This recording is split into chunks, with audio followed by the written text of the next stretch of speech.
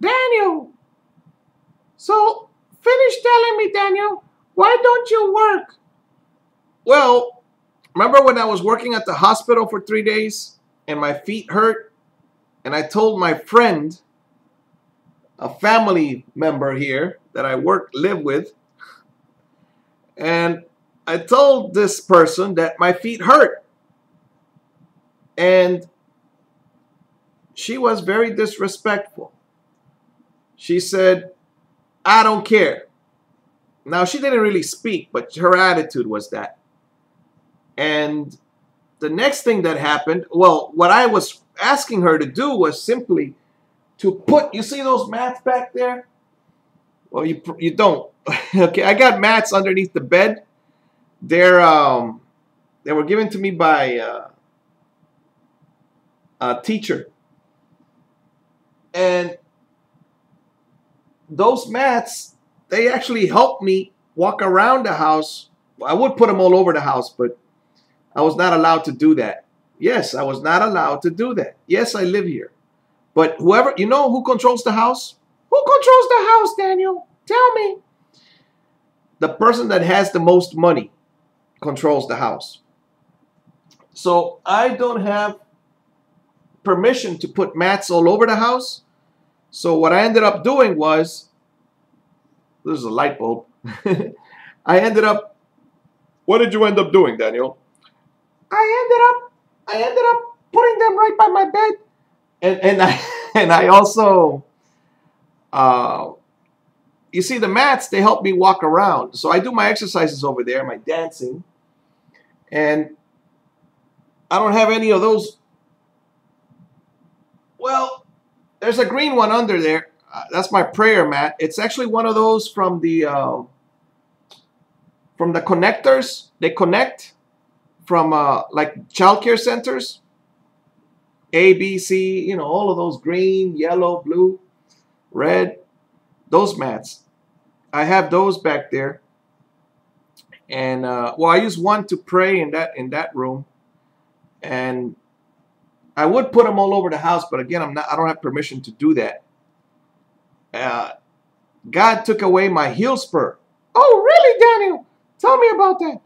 Well, a heel spur hurts. Every step you take, you'll remember it forever. I was lucky I only had it on one foot, you know. It was just, But back to my friend being disrespectful, not caring about my feet. So I said, why should I sacrifice my feet that hurt for a job for this person that doesn't care about me and has $100,000 at this time? You know. Now, since then, of course, the house value went down, and everybody's house. And so all that money has gone back to God, wherever, you know, it's disappeared. We put it down in the house, and now the value's dropped. So anyway, this house is worth maybe $40,000, maybe. It's 3-bedroom, 2-bath. It's a 2-bedroom, 3-bath. I mean, a 3-bedroom, 2-bath. And what happened, it's a 3-bedroom, 2-bath. And I want to say it was $165,000 7 years ago, and now it's $40,000. So in the last 7 years, we have put in $100,000 into it, if not more, in interest. But now I see that everything belongs to God, so all my worries are not. I'm like one of those birds in the air that God will provide somehow. I believe that. I live by faith, not by sight. All right, Daniel, so what's this light bulb doing here? Oh, this light bulb was my grandpa's. It's a red light bulb. It doesn't work anymore. I tried it last night. If you shake it, you can hear it.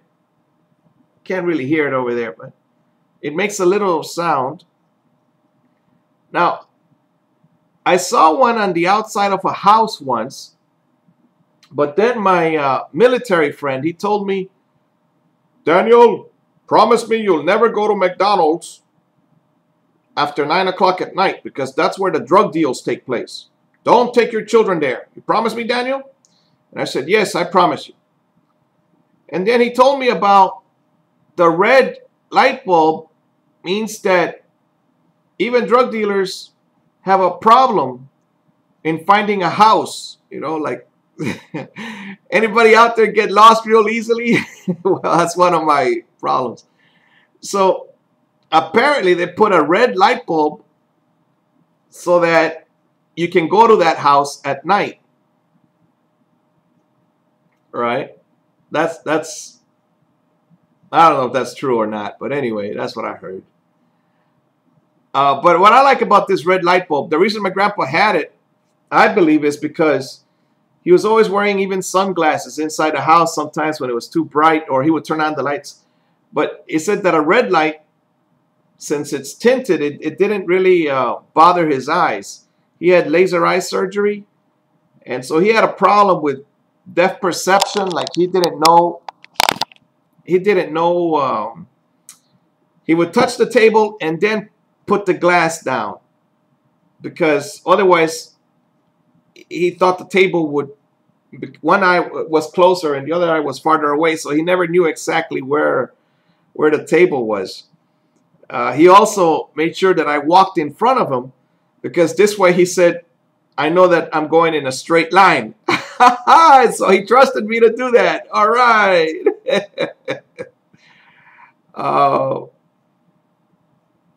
In the end, I hung around until my grandpa was in his last years. And in the end, he did start talking. Whereas before, he was all green, as in the colors of personalities. He was a person that just would not talk. He would not give you a hug. He would not talk to you. He would not smile at you. He would just sit there, and actually you'd feel intimidated. He was, in the Celestine prophecy, they would call him an intimidator. Nobody dares approach such a person. He doesn't speak to you. He doesn't look at you. He doesn't. So as a child, you grow up thinking that an analogy is you're like a plant. But nobody's really watering you. You're just hanging out in the corner over there somewhere. So that's why I talk so much. And one young man, the son of the dictator mom that's friends, well, I should come up with a new name. Well, she's still a dictator mom.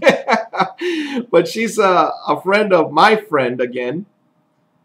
And so she, this young man,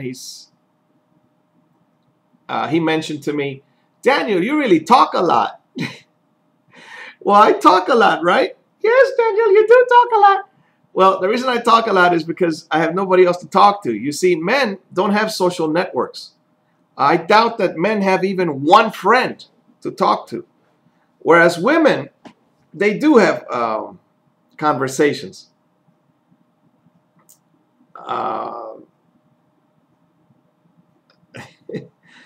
Some of them are very disconnected. I know that some of them are like me also. Very few friends. Your friends think you're weird anyway, so like the other day I had one friend which I cross off people kind of easily. That even my grandpa, he said, you don't, what's the word? I don't want you to teach me English, Daniel, because you're going to fail me, and then I'll get angry. My own grandpa told me that. I was like, oh, okay. Before that, I thought that, well, he said that I would fail him because he said, one day you're not gonna show up, and I'm expecting you. So like he said, no, I don't let you teach me. I'm like, okay, Grandpa. Now I understand. That's almost like the same thing as don't do business with your family. Yeah, that's about the same type of advice. Oh well, talk to you soon. It's time for me to go get a new light bulb. Talk to you soon. Take care of yourself, huh? Get a website going. Start making videos. Take care of yourself.